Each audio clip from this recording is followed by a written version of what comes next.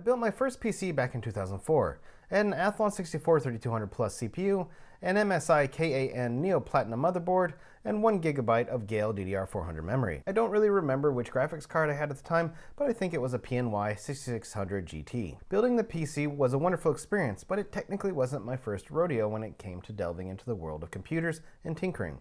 I had already been an Apple user from the time I was 6, and even to this day I still use Apple products in addition to my Windows PC. Back then in 2004, you could very easily upgrade Apple computers. I was in graduate school at the time and relied on my aging 1997 Apple Beige G3266 my father had given me for schoolwork. I ended up swapping out most of the internals from that computer for more current tech, well, current for the time anyway. I upgraded the G3 to a G4 CPU with a Sonnet daughter card. I added more RAM and more storage, and I bought a nifty ATI Radeon GPU as well, but I can't recall the model. When it came time to build my first Windows PC, entering that world wasn't so scary. Since that Athlon 64 build in 2004, I've built 4 additional PCs for myself, and since 2020, I've built and sold more than 10 PCs locally, spotlighting many of them on this channel. One thing I've tried not to lose in that time is the sense of wonder and adventure when building a PC. When I get an idea for a build, I set a goal for what I want the PC to be able to do, and I also set a budget. Ideally, I'd like the final build price to come at or under the budget I set, but that's just not always the case, especially after factoring in taxes and shipping. But if I can come within 50 bucks, I'm happy. In today's video, I'm going to talk about the thought process I take when approaching PC building and choosing parts for a build. This thought process can and should be applicable to anyone looking to build a PC, be it a budget banger or an over-the-top high-end system. I'll also be going over the parts for a budget gaming PC I'll be putting together. Welcome to the middle of nowhere.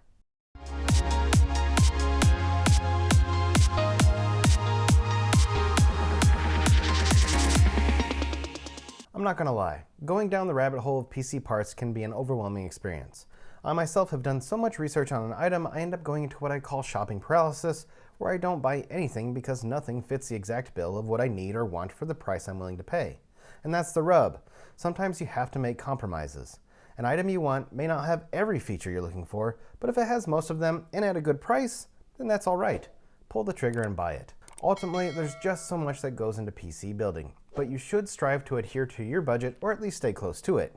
You also have to make sure the parts you buy are compatible with each other and that the completed build will serve its intended purpose adequately. Regarding my philosophy on PC building, I once said to my son, your intended purpose will guide your budget, but your budget will limit your PC's efficacy for your intended purpose.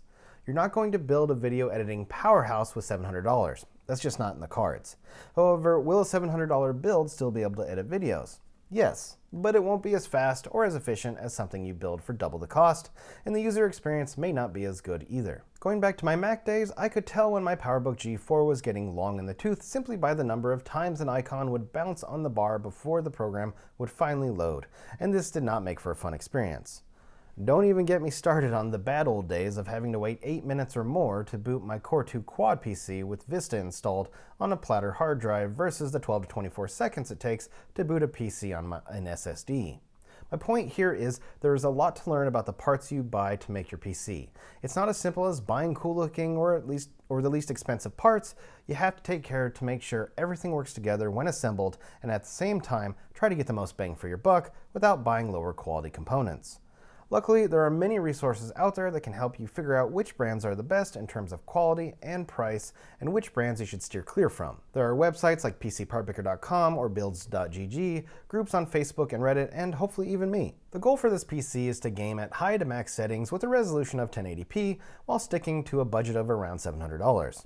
I'm not looking to stream or do any video editing, just gaming, web browsing, and any other everyday task. Will I be using the most current available hardware? No. I'll more than likely have to make concessions to the parts I choose and go with bits that are 1 or 2 generations older than what is current. And that's okay. To keep within my budget, this is a reality I have to face. And it leads me to another tangent, hopefully the last one. I want you to get one thing out of your head right now, and that is the need for the latest and greatest hardware, especially when you're on a budget. If you buy PC hardware, like a CPU for instance, 1 or 2 generations old, do not think it's going to be crap. Yes, it might come up against some limitations, such as upgradability, or maybe it has the previous PCIe standard, but do not think it's no longer any good. That's just not the case.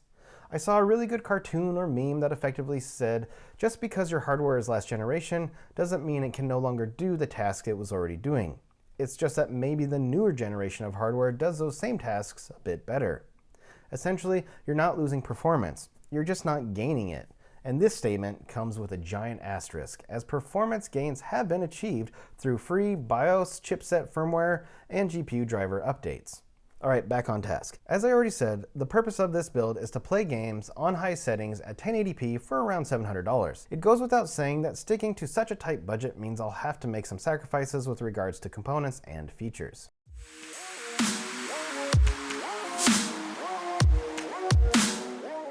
For the CPU, I'm going with the AMD Ryzen platform for two reasons. I'm very familiar with it compared to the current 12th and 13th generation of CPUs from Intel, although I do eventually want to build an Intel system for the channel. And two, I already had the AMD CPU I selected for this build on hand, and I'm going with the Ryzen 5 5600G.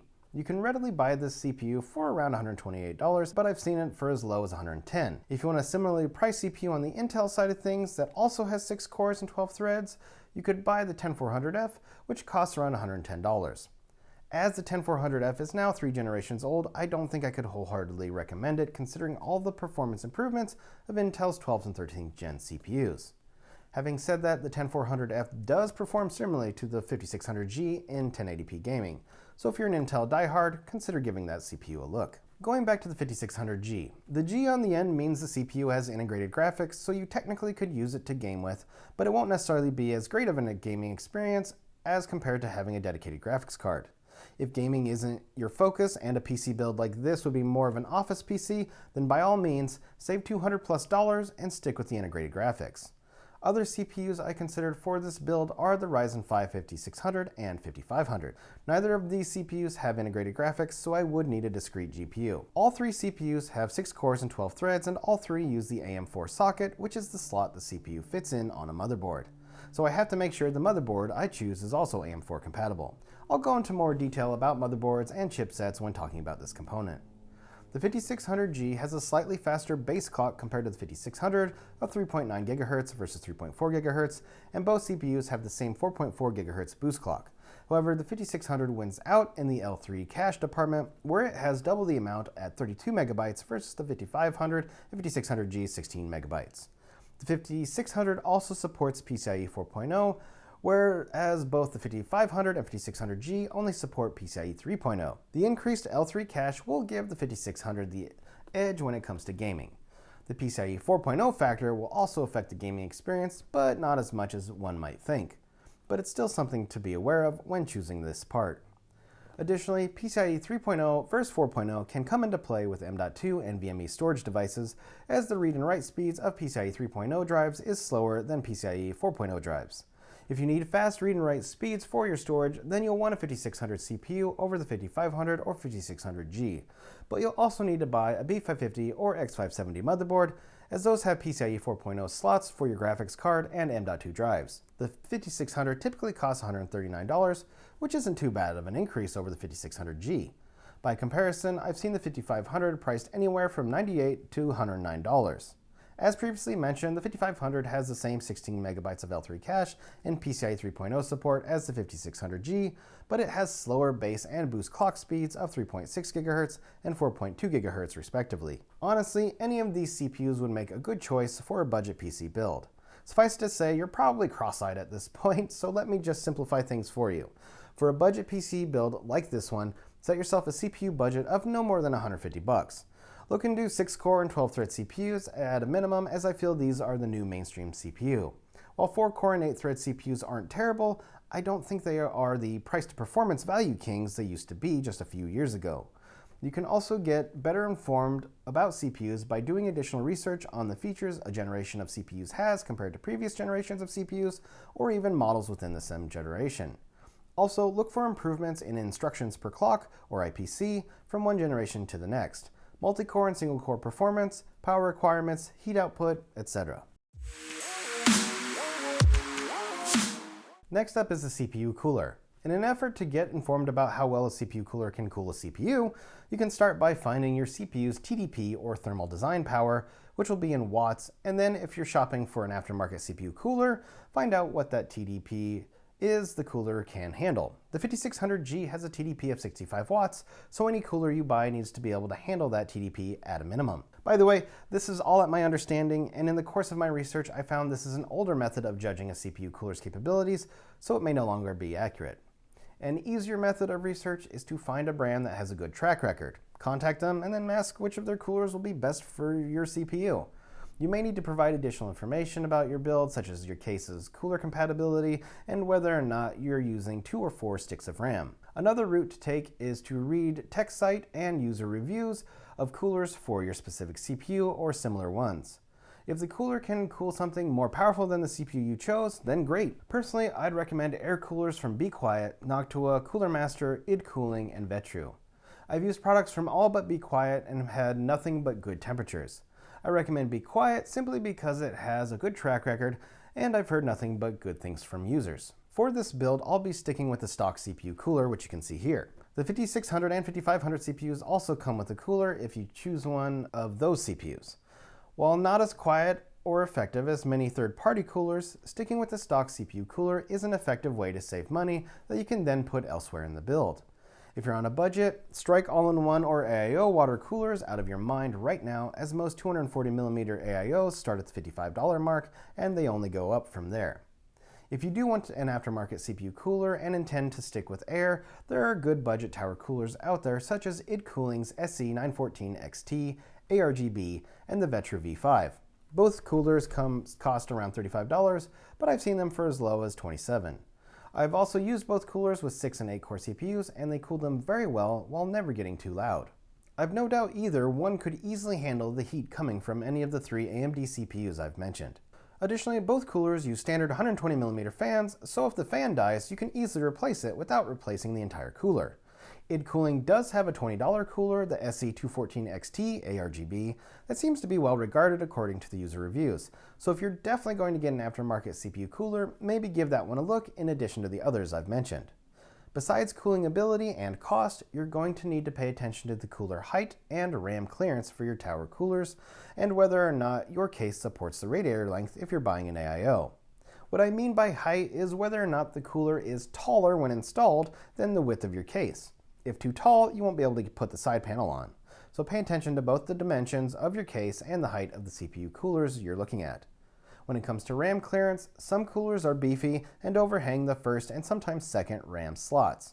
If you use tall RAM sticks, you could run into clearance issues, so be sure to research that as well. With regards to all-in-one liquid coolers, just check your case's radiator support. If you have a case that only supports 240mm radiators at the front or top of the case and you bought a 360mm AIO, then you're going to have issues.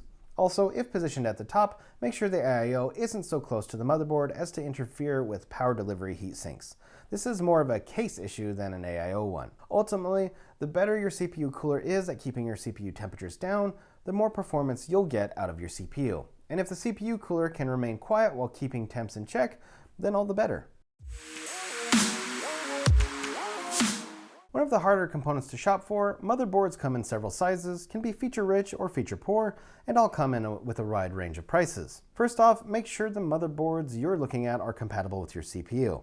As the 5600G is an AM4 processor, we need to look at AM4 motherboards only. Next, check to see if your CPU is supported out of the box or if you need to update the BIOS. This can be difficult to discover. Usually there's a sticker on the box stating which CPUs the motherboard will support, and it's also detailed on the product's webpage.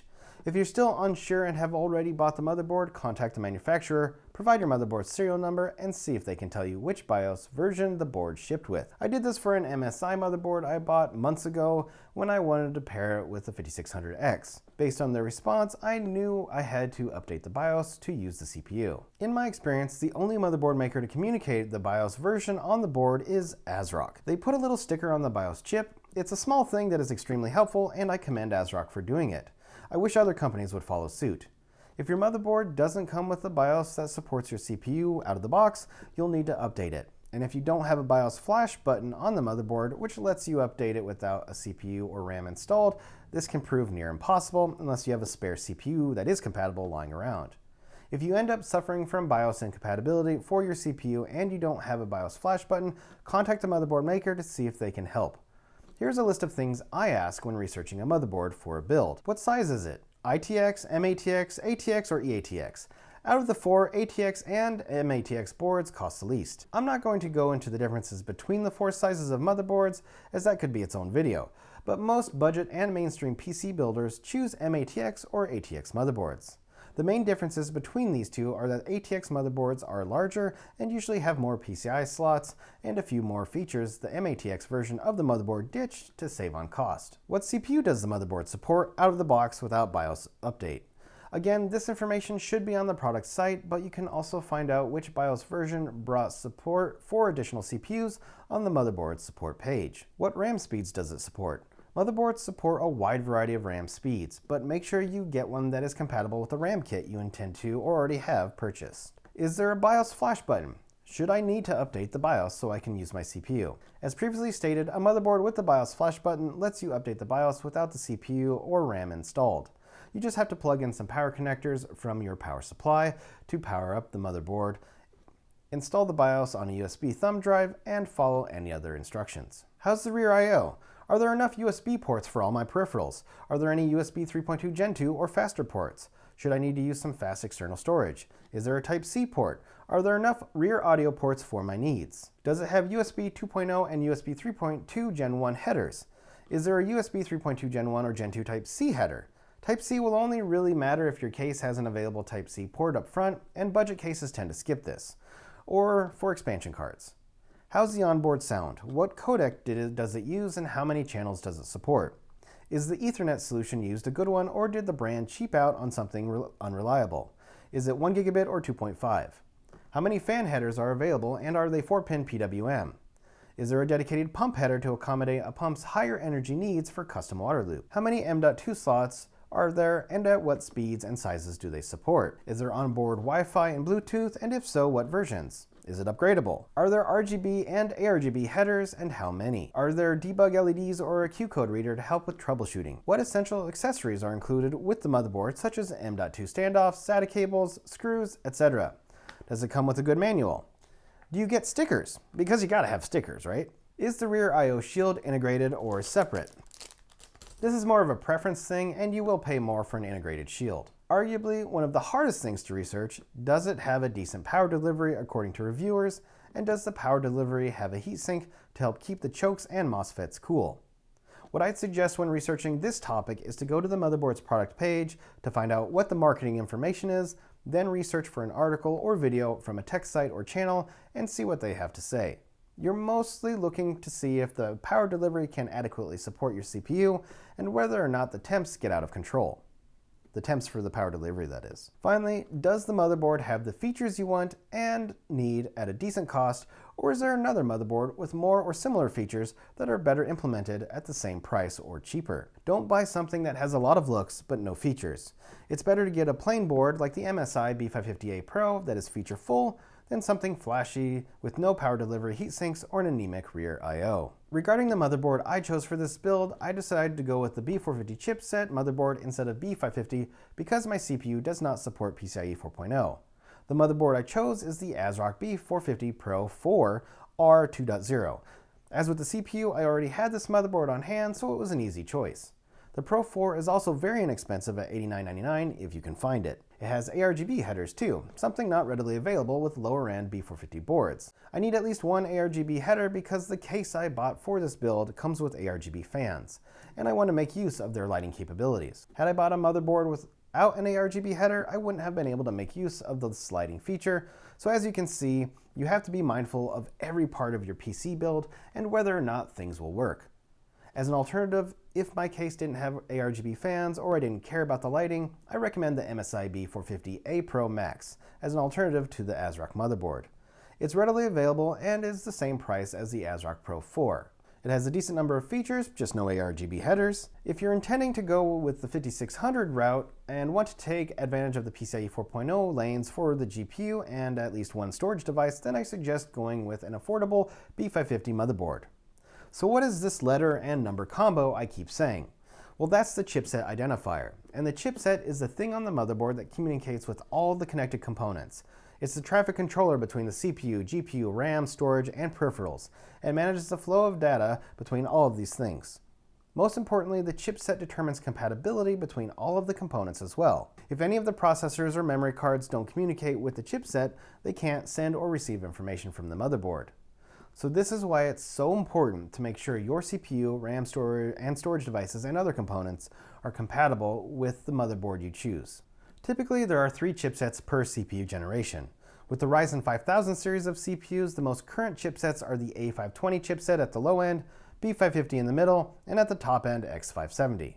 Think of chipsets as Goldilocks porridge choices, but instead of being too hot, cold, or just right, it's low cost with basic features and no frills, medium cost with more features and some frills, and the most cost with the most features and most frills. B450 and B550 as the middle ground chipset has a balance of features and frills to cost, and is a great choice for budget builders, and also beginner overclockers. Even though the B450 chipset is a generation older than B550, it's affordable and has plenty of features for the 5600G. Research what chipset brings to the table so that you can find which one is best for your needs and budget. Next, let's talk about your system memory, or RAM. RAM stands for Random Access Memory and basically serves as the short-term memory for your computer that stores data for running programs. RAM is faster than your storage, so storing information in RAM means it can be accessed quicker. Additionally, the more memory you have and the faster it is, the better your PC will be at fetching programs and accomplishing tasks. However, there are diminishing returns, especially when it comes to speed and cost. If you've seen any of my motherboard videos, I often state the sweet spot for AM4 Ryzen systems in terms of RAM speed is DDR4 3600 with a CAS latency of 16. The speed and latency have the best price to performance in almost any capacity configuration, be it 16, 32, 64, or 128 gigabytes. Intel systems, by contrast, are not nearly as RAM speed dependent, so you can get away with a slower speed RAM kit and save money, but not necessarily sacrifice near as much performance. With the onset of DDR5, which is the latest memory standard, AMD's newest AM5 CPUs also have a new sweet spot, which is around 6,000, 6,200, 6,400 megatransfers per second, with a CAS latency between 32 and 38. Additionally, because most motherboards have dual channels, you want to make sure you get a 2-stick kit. Without going too much into it, populating at least 1 stick in each channel improves performance. So it's important you always buy a 2-stick kit regardless of whether or not you use an Intel or AMD CPU. If your motherboard has 4 slots and you decide to add more memory at a later date, get the same brand, capacity, and CAS latency. Normally, it's better to buy a 4-stick kit out the gate than add more memory later, as all the sticks in a 4-stick kit will have been tested together.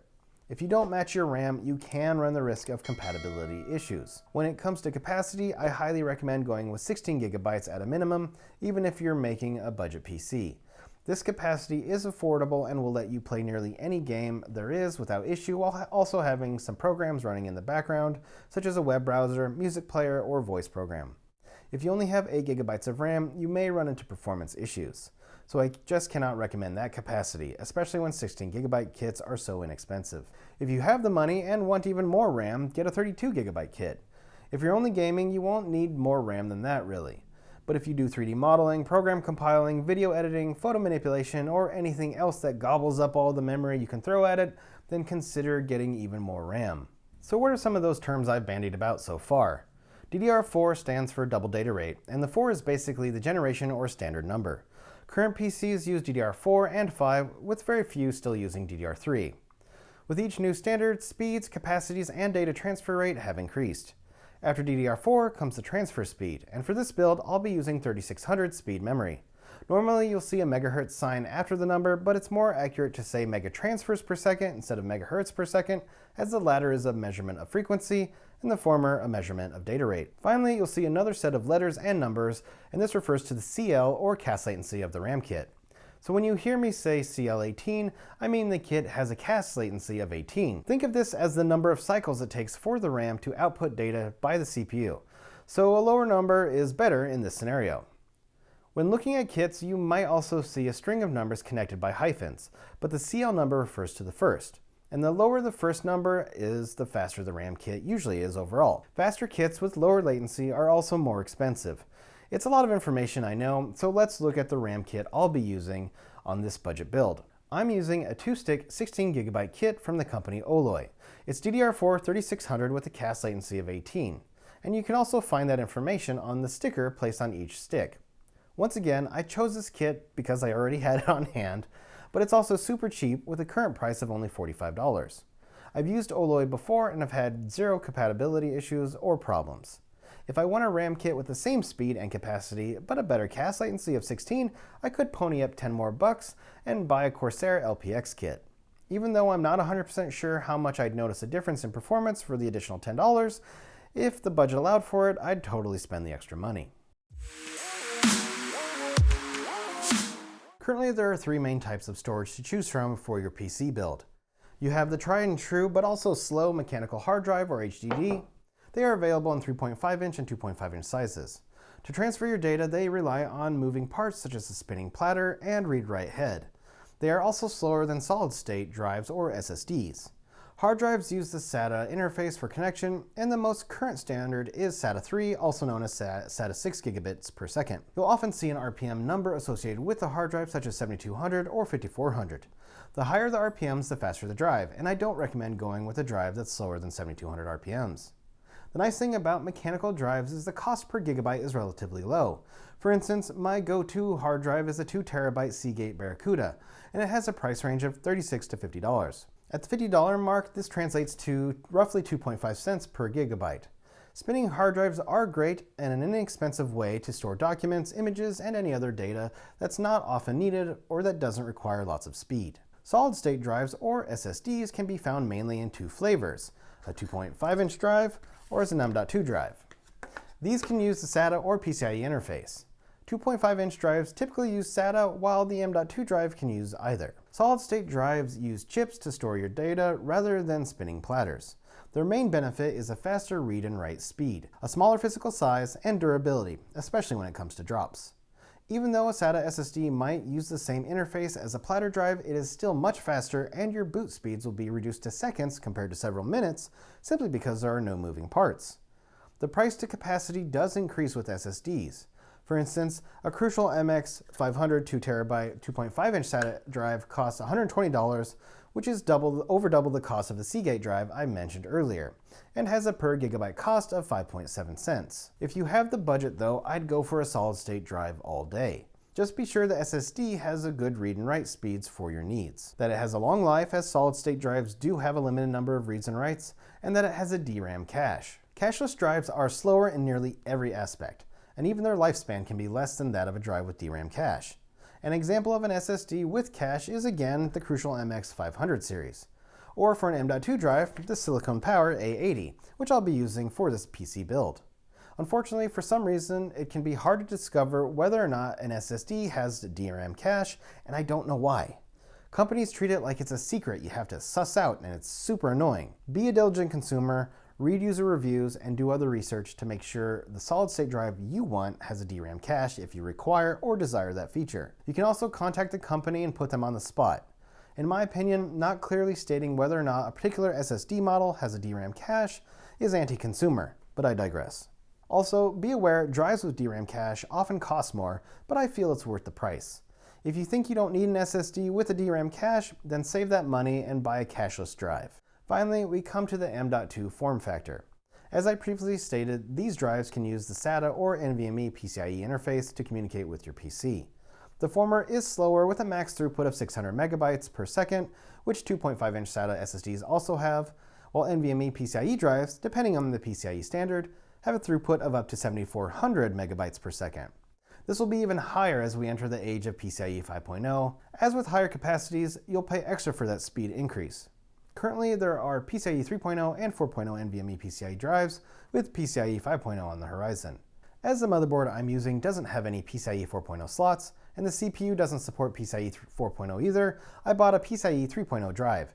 It's 1 terabyte and costs $55 at the time of this video.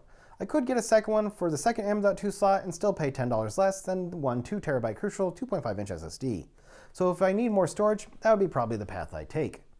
The neat thing about M.2 drives is there are no cables required that will clutter your system, whereas 3.5-inch and 2.5-inch drives both require a SATA power connection to the power supply and a data connection to the motherboard. Additionally, you'll want to know how many M.2 drives your motherboard supports and in what sizes. The ASRock Pro 4 I'll be using can hold two M.2 drives up to 110 millimeters in length, The Silicon Power A80 is a 2280 drive, meaning it's 22mm wide and 80mm long, so I'll have no problem fitting it into the Pro 4. Next, you'll need to check whether or not some ports or PCIe slots on your motherboard become unavailable should you use an M.2 drive. For instance, if I use the top M.2 slot on the ASRock Pro 4, I'll lose function of PCIe slot number 4. And if I use the bottom M.2 slot, I'll lose function of SATA ports 3 and 4. This is done by the motherboard to free up bandwidth for the M.2 drives. Consult your motherboard specifications and manual to be sure you don't accidentally lose functionality you might otherwise need. Finally, ask yourself how much capacity do you need, at least to start off with. In my opinion, the answer is 1 terabyte, but you could easily start off with 500 gigabytes. After installing Windows on a 1 terabyte drive, you'll have roughly around 800 to 900 gigabytes left over for programs, files, games, and more. This should be enough space to let you install a plethora of games, save your homework or budgets, transfer photos from your phone, download songs, and more without worrying about running out of space. 1 terabyte is very affordable, and should you need more, it's an easy upgrade. That was a lot of information about storage, and there's so much more to this topic I haven't even touched. Hopefully though, you now have a good enough introductory understanding about the kinds of storage devices available to you. Next up is the power supply, or PSU. And out of all the parts, this is the one you shouldn't skimp out on. Make sure you buy a power supply with enough total wattage, one that's efficient, is of good quality from a reputable company, and is well reviewed by professionals and users alike. If you buy a cheap PSU just to save some money, you run the risk of damaging one or more of your components, and you definitely don't want that. With regards to the wattage, my suggestion is to buy a power supply that has anywhere from 15% to 40% more wattage than what your PC requires. For instance, if you build a PC that uses 450 watts worth of power, buy a 550, 600, or 650 watt power supply. Not sure how many watts your PC uses? Check out OuterVision's PSU calculator site. I put the link in the description. For the budget build, I'll be using around 300 watts. Because I'm not certain if this wattage is at idle or load, I could end up using more, and as such, I decided to lean towards a 600 to 650 watt power supply. Yes, this is a double from what I'm using, but doing so also lets me have some room to grow should I upgrade the CPU or GPU, add more storage, etc. It also means my PSU will remain fairly efficient even under load. After knowing the wattage I'm going to get, next I need to decide which efficiency to choose. The typical standard is something called 80+, and it has a variety of levels, usually labeled with a corresponding metal. 80+, also known as 80+ white, is the least efficient, followed by bronze, silver, although there's rarely any silver PSUs anymore, then gold, platinum, and titanium at the top. The better the efficiency, the more expensive the power supply, and the same applies to the higher the wattage, the more expensive as well. At the high level, the 80% plus rating means the power supply is at least 80% efficient at 20, 50, and 100% loads. If you want to know more about 80+ efficiency, I've included a link to an article in the description. The next thing to concern yourself has to do with aesthetics and convenience, and that is whether or not the power supply has ketchup and mustard or multicolored cables, and whether or not it's semi or fully modular. A modular power supply means you can leave off cables you don't need. Because every PC needs a 24-pin motherboard cable, a semi-modular power supply has that cable permanently attached and also sometimes has the 8-pin or 4+4-pin EPS or CPU cable attached as well. Semi and fully modular power supplies are more expensive than non-modular ones. Even if you're on a budget, I recommend at least looking at semi-modular power supplies to see if you can afford it. The main bonus of semi or fully modular PSUs is not having to stuff all those cables into your case, making cable management that much easier. Sometimes though, it's better to sacrifice convenience and instead get a more efficient or higher wattage non-modular PSU that is priced similarly to a modular one. Ultimately, that decision is up to you, just as it is with buying a PSU with multicolored cables. This is mostly an aesthetic decision, so if your budget doesn't allow for it, or if you don't care whether or not people can see those horrid looking cables, then don't worry about it. Instead, focus on getting the best power supply for your build. Finally, make sure the PSU you're looking at has enough cables with each type of connector. Oftentimes, motherboards have one or more EPS or CPU power connections. These are usually 8 or 4-pin connections, or a combination of the two. For instance, the ASRock motherboard I'll be using has one 8-pin CPU connector, while my Asus Dark Hero motherboard has two connectors, one 8-pin and one 4-pin. If you have two CPU connectors, you need to make sure the PSU you're looking at or already bought also comes with two 4+4 CPU cables. GPUs can also have one or more 6 and 8 pin connections as well, so if your power supply only comes with two 6+2 cables, but your GPU has 3 8-pin connections, you'll have issues. To clarify some terminology, when I say 4+4 or 6+2, I mean the cable has two 4-pin connectors that can be combined to 8, or it has a 6 and 2-pin connector that can also be combined to 8. CPU headers are either 4 or 8, while GPUs use 6 or 8. So rather than create separate cables, PSU makers make one that can split. As for the remaining cables, almost every power supply should have enough SATA cables for your storage needs, and Molex cables for miscellaneous items. Molex is an antiquated connection, but some fans still use it. For this budget build, I looked for an 80+ bronze or gold power supply that was 600 to 750 watts, for $65 or less. Unfortunately, the PSU market is topsy-turvy right now, and prices are a bit on the high side. Where once I was able to get a 600 watt 80+ bronze PSU for $35, it's now $70. During my search though, I found a 650 watt 80+ bronze PSU for $65. It's the Thermaltake Smart BM2. It has all black cables, is semi-modular, and has enough cables for the connections this build requires. It also comes with a 5-year warranty to boot. The wattage is also high enough that I can upgrade the system down the road by adding more storage, a better CPU, or even a better GPU. Like any other PC component, shopping for a graphics card comes down to what you need it to do and how much you can spend on a model that does the thing you need it to do well. After that, the main things you need to consider are whether or not it will fit in your case and whether or not your PSU can both power it and has enough cables for it. Regarding size, if you buy an MATX case and have a 2 or 3 slot GPU, it won't have much room to breathe as the PSU shroud will be right below it. If you buy a case that's not very deep, a long GPU may not fit, and if the case is too narrow and your GPU is a wide boy, you may not be able to get the side panel on. The GPU's power requirements will dictate what power supply you choose, both in terms of wattage and also the cables needed. Power-hungry GPUs require more watts and come with more PCIe power connections. Because I'm on a budget and because I know I'll be gaming at 1080p, I don't need to spend a ludicrous amount of cash on a graphics card. Instead, I need to research and find a competent 1080p GPU. And as a result, I narrowed down my choices to 3 GPUs. AMD's RX 6600, the RX 6600 XT, and NVIDIA's RTX 3060 12GB version. These 3 GPUs can easily conquer games at 1080p, with the RTX 3060 even being able to play games well at 1440p. When looking at the RTX 3060, keep in mind there are 2 versions, one 12GB and the other 8GB. Avoid the 8GB version as it gets much poorer performance for around the same cost as some of the 12GB models. With regards to the 2 AMD cards, for around $30 to $70 more, I can gain around 5 to 15% more performance in games by choosing the RX 6600 XT over the non-XT card. AMD wins it from a price to performance standpoint, so I did indeed go with Team Red, as you can see, and bought an RX 6600 non-XT version. It's the ASRock RX 6600 Challenger D. It's well priced for budget-minded consumers, has high user review rating, and it should be able to get at least 60+ FPS in games at 1080p on high to max settings. Of course, this is also dependent on how well all the components I chose work together. So we'll have to wait and see until I assemble the PC and can start testing.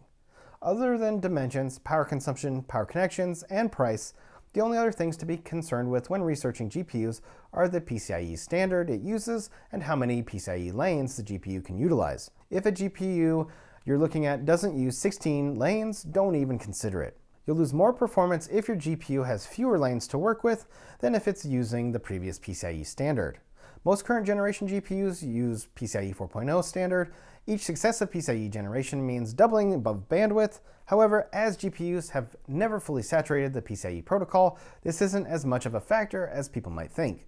Even so, because the CPU and motherboard I chose for this build only has support for PCIe 3.0 standard, the RX 6600 I chose, which is a PCIe 4.0 GPU, will not be 100% utilized. Again though, the performance hit should be negligible at only a few frames per second. If you want to know more about how PCIe standard and lanes affect GPU performance, I put a link in the description to an article discussing this topic. Ultimately, as this is a budget build, I think this ASRock RX 6600 will be a good fit with regards to price, performance, and size, which leads us to our last component, the case.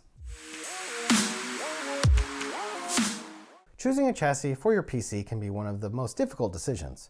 First and foremost, it needs to be functional, and if you're on a budget, it needs to be affordable. When I think about which case to buy, especially when making a low-cost PC build, I look for the cheapest case I can find with the most fans. If the case only comes with 2 fans, that's okay, I'll suffer through it. But if it only has a single fan, I'll have to buy more. It doesn't need saying, but not having to buy additional fans is one of the best and easiest ways to save money on a build. If the included fans are DC 3-pin or 4-pin PWM, great, just so long as they aren't Molex. And if they are RGB or ARGB, that's just an added bonus.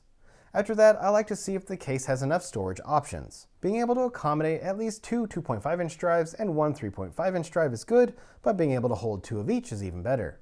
As for front I/O, the case should at least have one USB 3.2 Gen 1 header, and while an additional Type-C port would be nice, those are still considered luxury ports at this time and are reserved for more expensive cases and pricier motherboards. I also prefer split mic and headphone jacks if possible. The power and reset buttons should be well built with a satisfying click sound and not feel like mush when pushing them. The last thing regarding the I/O is making sure it's not attached to the front panel, as this makes removing it for cleaning difficult. Other things I look for are reusable PCIe slot covers instead of the one and done kind you normally get with budget cases, and then good cable management features, which includes having enough tie-down points at the back, having enough cable routing holes in the front, and having enough space between the motherboard tray and the rear side panel to store cables. I don't expect a cheap case to have rubber cable grommets, but if it does, even better. The last thing I like to consider when looking at cases is seeing if it has some kind of aesthetic feature. This usually comes in the form of a clear side panel, be it tempered glass or acrylic, a unique front panel design to make it stand out from other cases, or a different color other than black or white. Glass is better than acrylic as the latter scratches easily. Glass has also become more common, so its luxury price tag has come down. 2 cases with distinct front panels are the MATX Cooler Master NR400 case, which has an elegant solid strip down one side of the front panel, and the Deep Cool Matrix, which has a textured front panel design that's pretty cool. For this PC build, I bought the Thermaltake S200. It's an ATX mid-tower case with a tempered glass side panel, and it comes with 3 DC 3-pin ARGB fans. It's available in black or white. And the front panel is curved at the top and bottom and has a solid strip down one side like the NR400. Thermaltake is relying on the front panel's fine ventilation holes to provide both good airflow and serve as a dust filter, much like Fantech's current line of Eclipse cases. The S200's frame is fairly sturdy, the PCIe covers are reusable, and there's enough room for 2 SSDs and 2 hard drives or a combination thereof. The front I/O has 2 USB 3.2 Gen 1 ports, power and reset buttons, and separate microphone and mic ports. While the S200 is a smaller mid-tower case in terms of depth, it's large enough to fit all the components I chose for this PC build. Rounding out the S200 is the cost. At the time of this video, you can buy it for $80, and there's also a $15 mail-in rebate to further reduce the price. Even at its non-sale price, the S200 as an ATX mid-tower case with 3 included ARGB fans is a good deal for budget-minded PC builders to consider. And that's really it with regards to the hardware for this budget PC build. The only other things I might consider is an additional fan in the back to help with airflow, or whether or not I want to improve the build's looks with cable extensions or additional lighting accessories. There are many affordable options for any of these 3 things. To keep the build in check though, the only thing I'll be adding is a rear exhaust fan. I have some spare 120mm PWM fans from Arctic, and I'll be popping one of these into the case. I used them before in several builds. They're quiet and push a good amount of air for not a lot of money. Other than that, Windows is the only other thing I'll have to buy for this build. Of course, if this is your first PC, you'll also need a keyboard, mouse, and a monitor. Regarding the first 2, I wholeheartedly suggest going with a mechanical keyboard. They are so much better to type on than a membrane one. Mechanical keyboards do tend to cost more, but it's absolutely worth it. Just do your research on what kind of switches you want, as they vary greatly. If you're not sure what to get and are not partial to any brand, or you simply want to test one out and don't mind taking a financial risk, there are many inexpensive mechanical keyboards out there as well. Regarding a gaming mouse, I recommend the affordable Logitech G502 Hero every day, all day. I love this mouse and have used it in previous iterations of it for years. I even did a video on it. Finally, regarding the monitor, an inexpensive FreeSync enabled IPS display should serve you fine with this build. One I've used for testing is the AOC C24G1. It's a 24-inch 1080p FreeSync enabled VA panel. If you're not sure what a VA panel is, think of it as being better than a TN panel in terms of viewing angle and color reproduction, but not as good as an IPS panel. The AOC monitor is slightly curved, has a 144Hz refresh rate with a 1 millisecond response time, and is very affordable. In the 2 years of ownership, I've had 0 problems with it. AOC also has a C24G2 display, which is an IPS panel. It's not curved, but it does cost $55 more. Researching peripherals and monitors is another rabbit hole to go down when building your PC. But it's worth traveling so you can be informed about the items you buy so you can make a purchase without regret. Now let me take all the parts I chose for this build and present it to you in a more digestible fashion. This way you can see how much it costs, at least at the time this video was made. As you can see, the total cost for this build is just under $679, again at the time of this video and before any promo codes or mail-in rebates. I don't really want to include those in the final cost as they may not be available by the time this video goes live. Regardless, this price means not only did I beat my budget, but I did so by $21. Also notice I'm not including the rear exhaust fan in the parts list. I'm throwing this part in as an extra as I have a bunch on hand from previous builds, and plundering parts from older PCs is something you should always consider as you can save money that way. If I did include the fan in the parts, my cost would be around $6 per fan as I bought them in packs of 5. For argument's sake, let's just say I went $20 under budget.